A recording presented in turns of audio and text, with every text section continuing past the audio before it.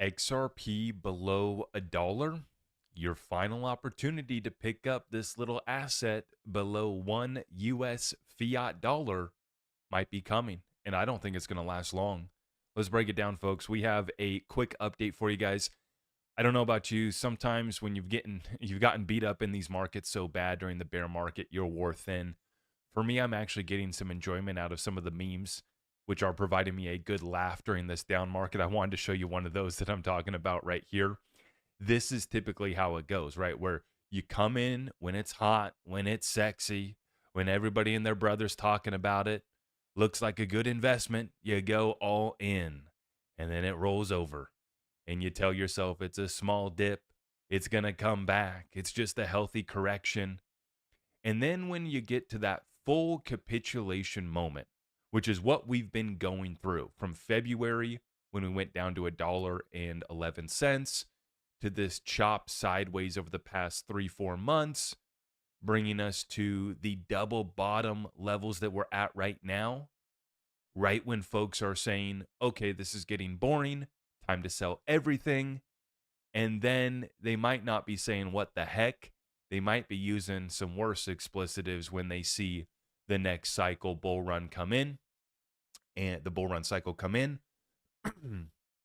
And I just showed you guys in the update that I dropped this morning another 10 baggers loading for XRP. We saw it after a 96% drawdown in the 2018 bear market. XRP pumped 1,600%. After the 85% drawdown there in the 2022 bear market, we then saw a rally of 1,100%. And we're seeing the same time this go at it. If we go below $1, we're already at a 71% drop from $3.66 down to $1.05. If we go below $1, we go down to 88, 90 cents. That would be a full 75% drop, just like we saw during the last bear market, just like we saw during the bear market before that. And even if you go all the way back to 2016, XRP dropped 60% before it pumped 60,000%. That's right. That's not a mistake. 60,000%. So if you missed this morning's update, check out that one. But let's continue here. We're just bringing it back to the data. You know, we can put out True Social, we can put out posts, we can say we got a deal, we can use the word ceasefire, even though there ain't no ceasefire taking place. But let's just talk about the data that's in front of us here and acknowledge this situation. The Strait of Hormuz tanker crossings have not recovered since the ceasefire.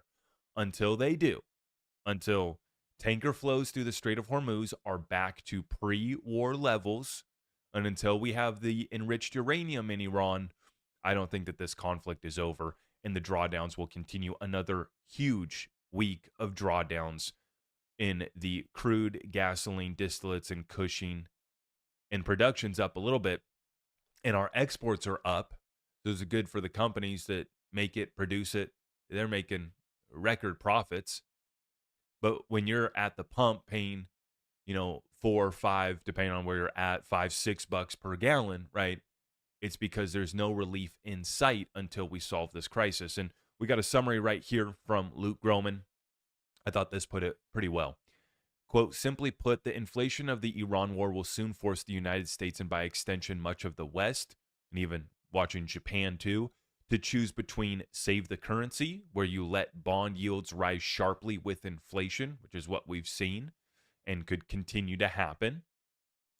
And this is bond prices falling sharply, breaking everything but the US dollar and gold, which we've seen a pullback on gold and silver, a nice buying opportunity. I think silver approaching $60 per ounce again.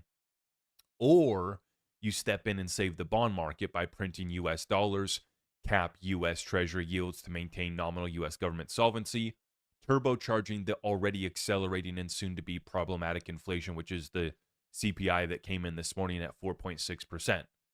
We're heading in the wrong direction. No relief in sight until we get through this conflict and get the flows going through the Strait of Hormuz once again. The big jump in inflation is all driven back to energy. When the cost of production, when the cost of energy, right, moves back up in such a dramatic way, the ripple effect is not just inflation ticking back up, but remaining persistent and climbing continually until the conflict gets resolved. That brings us into a situation here where you reach full capitulation, where people are hitting the exits, giving up on crypto, not paying attention, right as the biggest wave of institutional adoption is taking place. CME Group launches crypto index futures jointly developed with NASDAQ, tracking the top 8 cryptocurrencies by market cap, including Bitcoin, Ethereum, Solana, XRP, Cardano, and Link. And so we just have more access to XRP products. The institutions are going to sell it in 589,000 different ways. XRP perpetuals are now live trading on Kalshi. I didn't even know that Kalshi had stepped into the crypto game. They're known for their prediction market. Here they are, crypto perpetuals and XRP now live for trading on Kalshi. So more accessibility, whether you're going to the Wall Street products, whether you're going to Kalshi. I'm not using Kalshi. I'm not going to Wall Street. I have my own self-custody. I have free institutional grade custody. And the platform that I trade futures on is Coinbase. And I've been pretty happy with that for the most part. But once again, we love to see it, right? Robinhood, they've really expanded their crypto platform. We've seen Kalshi stepping in. And then, of course, the suits on Wall Street are selling it in a bunch of different ways as well. Speaking of the suits on Wall Street, and in this regard, more towards our financial system and the rails of the financial system, MasterCard choosing Ripple, more importantly, choosing the XRP ledger. Let's take a look here. As AI agents begin transacting on behalf of businesses, payments need more than speed. They need trust, controls, and clear rules for how value moves. We're helping build the infrastructure for trusted agent-driven payments with the XRP ledger and RLUSD, helping lay the foundation for the future of commerce. We're pleased to be a part of the ecosystem supporting MasterCard's Agent Pay for Machines initiative, helping to validate new use cases, establish common rules, and accelerate adoption. MasterCard and Ripple. And part of this partnership includes T54. That's the AI company that Chandler Fang is the co-founder of. I interviewed Chandler. I encourage you guys to go watch that interview. I forget what the title of it is, but if you go to my interview playlist, you'll see it there.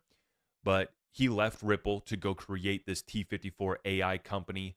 They're a big part of spearheading the adoption and accelerating AI agents and the agentic economy with the XRP ledger.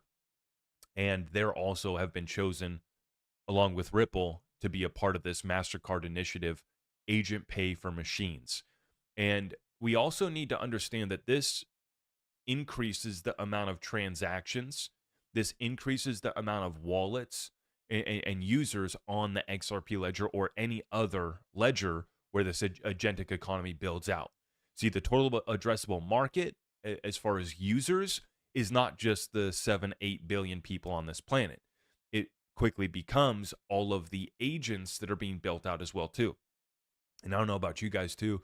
I've been using Grok. I've been using Claude. I go back and forth between the two, depending on which task or agent I'm trying to build out. But, you know, it's gone from this is just speculation and an idea of, oh, someday agents might transact on the XRP ledger to it's here, it's live.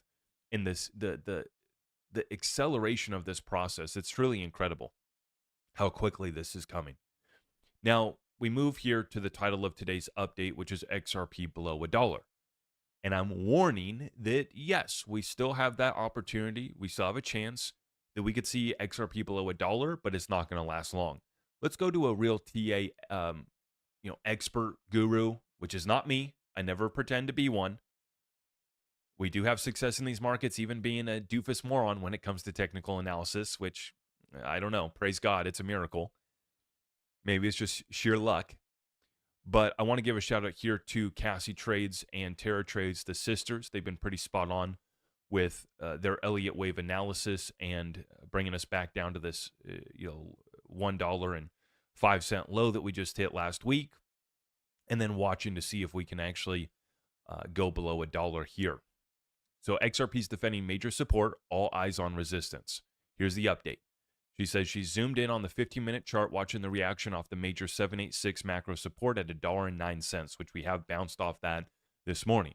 So far, the ABC pattern is still valid, with the wave B pulling a bit deeper into the local 618 retracement. It has lowered the C wave target slightly to around $1.24. I'm watching for one of three things. Here you go. This is what we watched for next. A clean ABC correction into the $1.24 area. A more complex ABCDE consolidation, which would cap the relief closer to $1.18. We already reached that in wave A. So this is already a level that we're watching. Now, if we get a major break of resistance above $1.30 and we start to move towards $1.60, $1.65, we can have a conversation about the bottom being in. $1 XRP is not coming. You missed your opportunity if you didn't scoop up at $1.05, and $1 XRP is gone forever. Or if the resistance holds at $1.18 to $1.24, if that holds, then the larger move towards 90 cents remains valid. $1.65 must break and flip to support to officially invalidate the need for a 90-cent test. So until we break above $1.65 with strength and hold that as support, the possibility to get XRP below $1 still exists. And we have to acknowledge the downside risk here. I know we want to say that the bottom's in. I know we want to pump it up. I know this morning's video I was talking about catching another 10 bagger on XRP. By the way, you catch a 10 bagger on XRP if we, it did set the bottom here, and XRP does go back up to 10, 11, 12 bucks. There's your 10 bagger. So the low already could be in.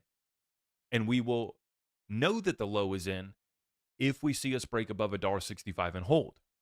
If we don't break above $1.65 and zoomed in, tighter time frames here, if we don't get back above $1.24, then prepare yourself. Get those orders in because it's going to come and it's going to be quick, right? For now, we're just letting the pattern develop to reveal itself. Let's take a look at the chart. And so what we see here is that we got an ABC. This is the Elliott wave technical analysis that the sisters like to use right here. A wave took us up to $1.18, $1.19, right? Wave B's taking us down here to $1.09 again.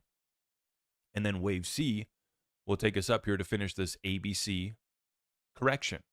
Now, this is a correction back to the upside after a big drawdown. ABC, and then we start our next in the bigger wave here. 1, 2, wave 3 takes us down to the 90 cents. And then we can bounce out, right? But right now on the higher time frame, we're in a wave 3 move down towards 90 cents. And wave 3 could be stopped short, but we would look for XRP to break above $1.24 and even break up the higher levels and hold, flip $1.65 into support for that to be the case. So this is one of the most important moments of this bear market, the opportunity to get the best prices on XRP. And for me, I've never tried to hit it perfectly. You never try to sell the top perfectly. I never tried to time the bottom perfectly. I already bought on the way down, right? And I'm getting more. I'm trying to get more cash ready so that I can actually add